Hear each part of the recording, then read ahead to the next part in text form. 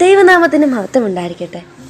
ഇന്നത്തെ ചിന്തയ്ക്കായി തെരഞ്ഞെടുത്തിരിക്കുന്ന വേദഭാഗം ദുഃഖവെള്ളിയാഴ്ച ദിവസത്തിലെ 1-ാം ഭാഗ ശുശ്രൂഷയിലെ ഏവങ്കേലിയോനായ വിശുദ്ധ മത്തായി എഴുതിയ സുവിശേഷം 26-ാം അധ്യായം 47 മുതൽ 75 വരെയുള്ള ഭാഗങ്ങളാണ്. ഒരു നല്ല സ്നേഹിതൻ എങ്ങനെയായിരിക്കണമെന്ന് യേശു തൻ്റെ ജീവിതത്തിലൂടെ നമുക്ക് കാണിച്ചു തന്നു. എന്നാൽ ഒരു സ്നേഹിതൻ എങ്ങനെ ആകരുത് എന്ന് ഈ ഭാഗം നമുക്ക് മനസ്സിലാക്കി തരുന്നു. ഈ വേദഭാഗത്തിന്റെ 49-ാം വാക്യത്തിൽ യേശുവിനെ ചുംബിക്കുന്ന യൂദയെ കാണുവാൻ നമുക്ക് സാധിക്കുന്നു. ചുംബനം എന്നത് സ്നേഹത്തിന്റെ പ്രതീകമാണ്. എന്നാൽ യൂദ ഇവിടെ യേശുവിനെ ചുംബിച്ചത് യൂദയ്ക്ക് യേശുവിനോടുള്ള സ്നേഹത്തിന്റെ പ്രകടനമായിട്ടായിരുന്നില്ല, മറിച്ച് യേശുവിനെ അപായപ്പെടുത്തുവാൻ ശ്രമിക്കുന്നവരുമായി യൂദ പറഞ്ഞുറപ്പിച്ച ഒരു കരാറിന്റെ ഭാഗമായിട്ടായിരുന്നു.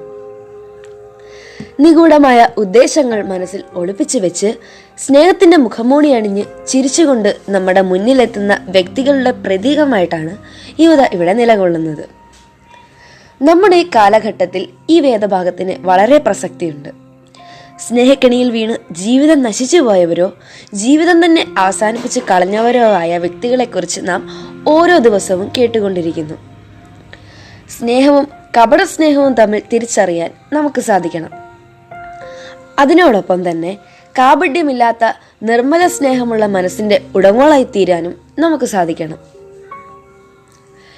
70-ാം വാക്യം മുതൽ വായിക്കുമ്പോൾ തന്റെ ഗുരുവായ യേശുവിനെ അറിയുകയില്ല എന്ന് 3 സന്ദർഭങ്ങളിൽ തള്ളിപ്പറയുന്ന പത്രോസിനെ നാം കാണുന്നു. യേശുവിനോട് ഏറ്റവും കൂടുതൽ സ്നേഹം പ്രകടിപ്പിച്ച ശിഷ്യനായിരുന്നു പത്രോസ്. എന്നാൽ സ്വന്തം ജീവൻ അപകടത്തിലാകും എന്ന് കണ്ടപ്പോൾ സ്നേഹനിധിയായ തന്റെ ഗുരുവിനെ ഒരു മടിയും കൂടാതെ തള്ളിപ്പറയുന്ന പത്രോസിനെ നാം ഇവിടെ കാണുന്നു. സന്തോഷത്തിൽ കൂടെ നിൽക്കുകയും ആപത്ഘട്ടങ്ങളിൽ ഓടിമറയുകയും ചെയ്യുന്ന സൗഹൃദത്തിന്റെ പ്രതീകമായിട്ടാണ് പത്രോസ് ഇവിടെ നിലകൊള്ളുന്നത്. ഒരു നല്ല സുഹൃത്ത് ഒരിക്കലും ഇപ്രകാരമാകരുത്. ആപത്തിൽ കൂടെ നിൽക്കുന്നവനാണ് ഉത്തമ സുഹൃത്ത്. ഒരു ഉത്തമ സുഹൃത്തിനെ ക്രിസ്തുയേശുവിലൂടെ നമുക്ക് കാണാൻ സാധിക്കും. സ്നേഹിക്കുന്നവർക്ക് വേണ്ടി സ്വന്തം ജീവനും നൽകാൻ തയ്യാറായ സ്നേഹമാണ് യേശുവിൻ്റേത്.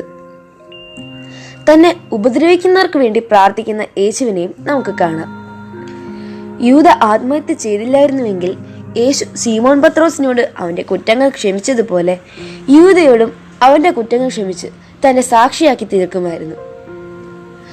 മുഖംമൂടികളില്ലാത്ത, ആപത്തിൽ അകപ്പെടുമ്പോൾ മാറിപ്പോകാത്ത ആ നല്ല ശമരിയക്കാരനെ പോലെ നല്ല സ്നേഹിതരായി വ്യാജസ്നേഹം തിരിച്ചറിഞ്ഞ് ക്രിസ്തുയേശു കാണിച്ചു തന്ന നിർവ്യാജ സ്നേഹത്തിന്റെ പാത പിന്തുടരുവാൻ നമുക്കേവർക്കും സാധിക്കട്ടെ എന്ന പ്രാർത്ഥനയോടെ ഞാൻ എൻ്റെ വാക്കുകൾ ഉപസംഹരിക്കുന്നു.